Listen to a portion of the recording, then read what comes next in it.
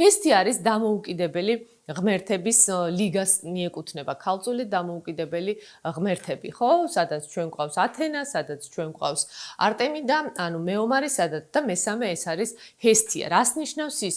ისინი არიან გარკვეულ ამოცანაზე მიზანზე ორიენტირებული ნიშნები და არ არიან დამოკიდებული ნიშნები. ერთის მხრივ თითქოს ის არ არის პირდაპირ კავშირში სამყაროსთან, მაგრამ მეორეს მხრივ ის ძალიან ფართოდ აირეკლავს სამყაროს.